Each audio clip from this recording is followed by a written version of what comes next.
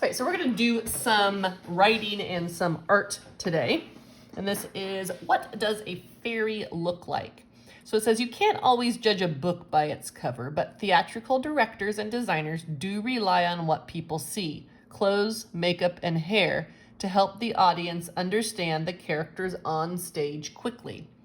In A Midsummer Night's Dream, Shakespeare's text doesn't include much information about what the characters look like, so there are many ways to interpret the character visually. Today, ask yourself, what does a fairy look like?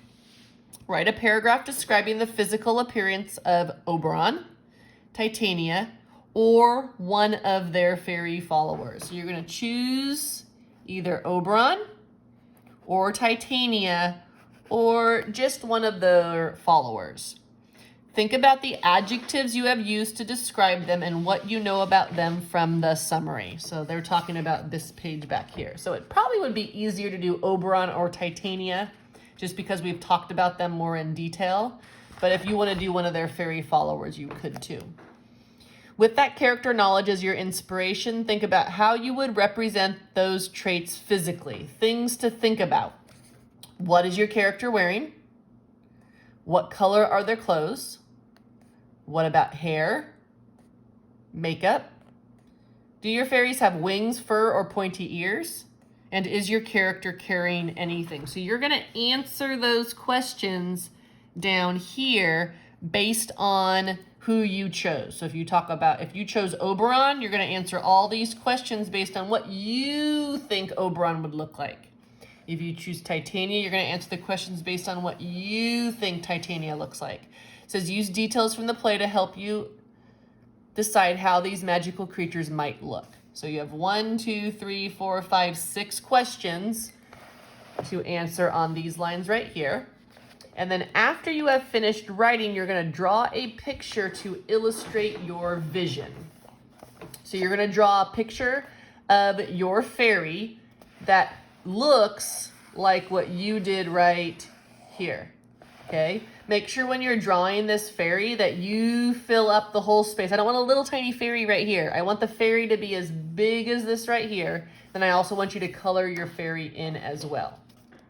Right? When you're finished with that, you are going to go over to this page right here, and you are going to pick one of the upper class Athenians. So your choices you have here are any of the characters from the first scene.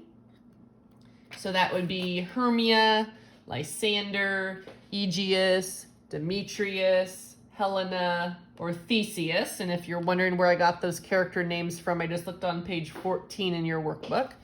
So choose one of those people to go there. You're going to describe what you think they're going to look like. And then you're going to tell me why you pick that.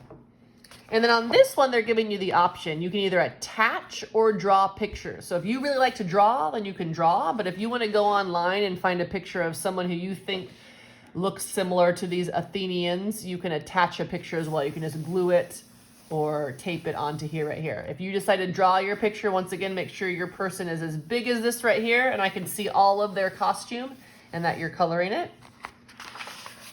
And then one final one you're going to do are the workmen.